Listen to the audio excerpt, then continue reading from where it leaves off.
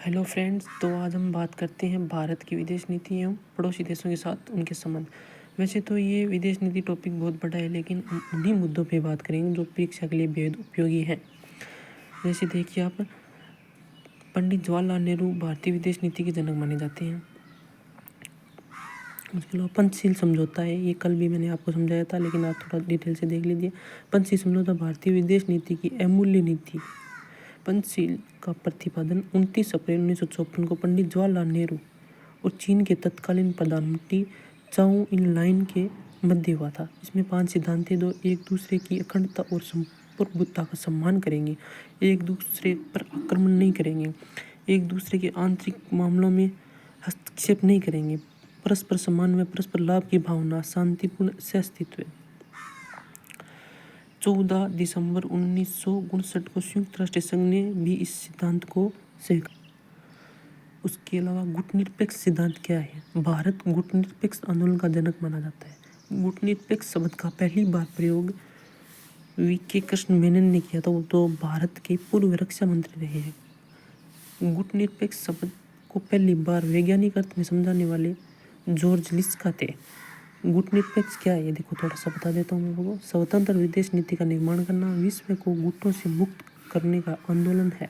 विश्व के प्रत्येक मामले में गुण और अवगुण के आधार पर सक्रिय सहभागिता है। ठीक है, यह अलगाव व तटस्थता की नीति नहीं है। एक प्रकार से इसका उद्देश्य एक न्यायिक लोकतंत्र की स्थापना करना होता है। गुटनिरपेक्ष का मतलब, गुटनिरपेक्ष के प्रमुख लक्षण है सैन्य गुटों से अलग रहना, अपनी भूमि पर विदेशी सैन्य अड्डों का न होना, स्वतंत्र विदेश नीति का निर्माण करना, साम्राज्यवाद व उपनिवेशवाद का विरोध करना। ये तो इसमें के बाद में देख लो, 1953 में भारत की विजय लक्ष्मी पंडित को संयुक्त राष्ट्र महासभा का अध्यक्ष बनाया गया। भारत 8 बार संयुक्त राष्ट्रीय सुरक्षा परिषद का अस्थायी सदस्य रहा है। ठीक है, ये देखो राष्ट्रमंडल के संबंध में। राष्ट्रमंडल को ब्रिटेन कॉमनवेल्थ के नाम से भी जाना जाता है। जो देश ब्रिटिश उपनिषद के अधीन थे वे स्वेच्छा से इसके सदस्य बन सकते हैं। 28 अप्रैल 1949 को भारत राष्ट्रमंडल का सदस्य बना था। राष्ट्रमंडल में कुल 54 देश स्वेच्छा से इसके संग है। मतलब जिन जिन देशों में इंग्लैंड ने राज किया है वो देश है जो राष्ट्रमंडल के सदस्य हैं। मोटा मोटी बात यही है इसमें। और भारत ने 1983 में दिल्ली में 24वें राष्ट्रमंडल सम्मेलन की मेज़बानी की थी। पेपर में बन सकता है कि भारत ने कौन से राष्ट्रमंडल की मेज़बानी की थी, 24वें, और कब की थी, 1983 में। और ये देखो, दिसंबर 1959 को आइजनहोवर भारत की यात्रा करने वाले पहले अमेरिकी राष्ट्रपति। तो ये पिछली बार एग्जाम में आया भी था कि अमेरिका के कौन से राष्ट्रपति भारत की यात्रा करने वाले थे, पहले राष्ट्रपति थे, तो आइजनहोवर थे वो। ठीक है, इसके अलावा सिंधु जल समझौता आपने सुना होगा, जो 1960 को भारत पाकिस्तान के मध्य हुआ था। 1960 में नेहरू और अयूब खान के मध्य। इसमें 3 नदियों का पानी पाकिस्तान को और 3 नदियों का पानी भारत को दिया जाना प्रस्तावित था। इसके अलावा मार्च 1983 में 7वें गुटनिरपेक्ष शिखर सम्मेलन का दिल्ली में आयोजन हुआ। 1982 में दिल्ली में एशियाई खेलों का आयोजन हुआ। 2 जुलाई 1972 को भारत की पूर्व प्रधानमंत्री इंदिरा गांधी व जुल्फ़िकार अली भुट्टो और पाकिस्तान के राष्ट्रपति के मध्य शिमला समझौता हुआ। ये देखो, भारत और बांग्लादेश भूमि समझौता 2015 इसमें था। भारत में बांग्लादेश के नरेंद्र मोदी और बांग्लादेश की प्राइम मिनिस्टर शेख हसीना के मध्य 31 जुलाई 2015 को बस्तियों का आदान प्रदान किया गया। इस समझौते में भारत की 111 बस्तियां बांग्लादेश को दी गई और बांग्लादेश की 51 बस्तियां भारत को मिलेगी। इस समझौते पर ये हस्ताक्षर हुए थे। और इसके अलावा भारतीय संविधान में जो 100वां संविधान संशोधन 2015 किया गया है वो भारत और बांग्लादेश के बारे में। एक ये एक्ट ईस्ट पॉलिसी, प्रधानमंत्री नरेंद्र मोदी द्वारा पूर्व की ओर देखो नीति के स्थान पर है ना एक्ट ईस्ट पॉलिसी का निर्माण किया गया है। जैसे दक्षिण कोरिया, जापान जैसे पूर्व में स्थित देश, उनके साथ बेहतर संबंध स्थापित करने के संबंध में इस पॉलिसी की स्थापना की गई है। ये देखो, अमेरिकी राष्ट्रपतियों की यात्रा, इनमें से एक क्वेश्चन डेफिनेटली आता है तो देखना आराम से।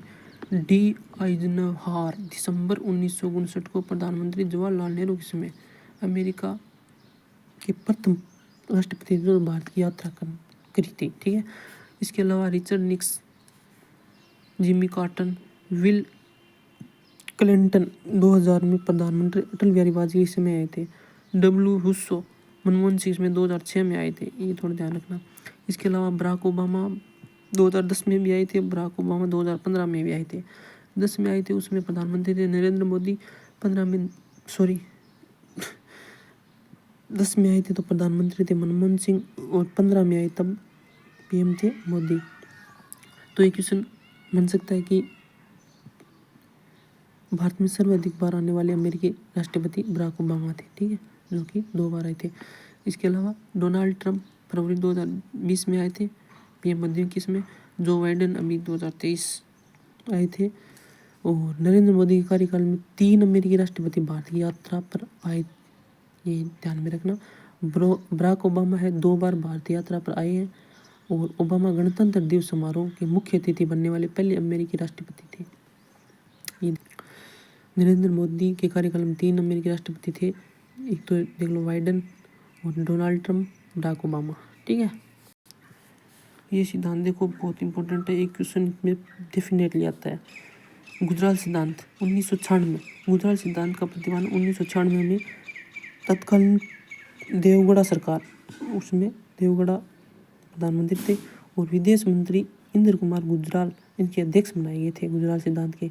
यह सिद्धांत भारतीय विदेश नीति की मील का पत्थर साबित हुआ है। ठीक है, गुजराल सिद्धांत इस बात पर बल देता है कि भारत दक्षिण एशिया में सबसे बड़ा देश होने के कारण अपने पड़ोसियों की एक तरफा रियासतें दे, चीन और पाकिस्तान को छोड़कर। मतलब है वो गुजराल सिद्धांत के तहत अपने जो भी पड़ोसी देश हैं उनकी एक तरफा सहायता करे या व्यापार में हो जो भी हो, लेकिन चीन और पाकिस्तान को छोड़कर।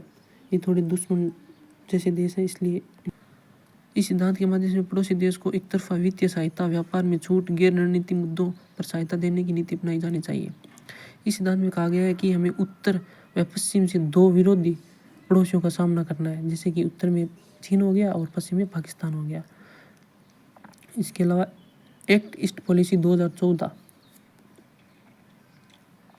पीएम मोदी द्वारा लाई गई थी, जो भारत आसियान सम्मेलन 2014 हुआ था, उसी में संबोधित करते हुए मोदी ने कहा था कि भारत में आर्थिक विकास, औद्योगिकरण एवं व्यापार का नया युग आरंभ हुआ है और आसियान भारत की एक्ट ईस्ट नीति के केंद्र में है। जो 1992 में प्रधानमंत्री नरसिम्हा राव ने पूर्व की ओर देखो नीति थी, उसी के स्थान पर एक्ट ईस्ट पॉलिसी लाई गई है। ठीक है, और ये फैक्ट ध्यान रखना, सबसे छोटे देश पड़ोसी देश भूटान के लिए पहली यात्रा करने गए एकमात्र भारतीय प्रधानमंत्री नरेंद्र मोदी। ऐसे मान सकता है कि प्रधानमंत्री पीएम बनने के बाद किस देश की यात्रा की थी, तो याद रखना भूटान। ये ध्यान में रखना। G4 समूह का प्रस्ताव। G4 समूह में 4 देश हैं, भारत, ब्राजील, जर्मनी, जापान द्वारा सुरक्षा परिषद के 27 सदस्यों की वृद्धि के लिए लाया गया है। ये क्वेश्चन एक बनता है, याद रखना। या तो वो पूछेगा G4 में शामिल कौन कौन से है, G4 में शामिल इनमें से नहीं है, तो याद रखना G4 में जापान, ब्राज़ील, जर्मनी, भारत, इसके अलावा जो भी ऑप्शन में हो वो नहीं होगा। और ये देखो गुटनिरपेक्ष आंदोलन का औपचारिक प्रारंभ 1961 में बेलग्रेड यूगोस्लाविया सम्मेलन से हुआ था, ये भी ध्यान रखना। जनता पार्टी सरकार था असली गुटनिरपेक्षता। 1977 में जनता पार्टी की घोषणा पत्र में असली गुटनिरपेक्षता का नारा दिया गया है। मोरारजी देसाई के अनुसार इंदिरा गांधी के ज़माने में विदेश नीति एक तरफ झुक गई थी, इसी झुकाव को दूर करना ही असली गुटनिरपेक्ष है।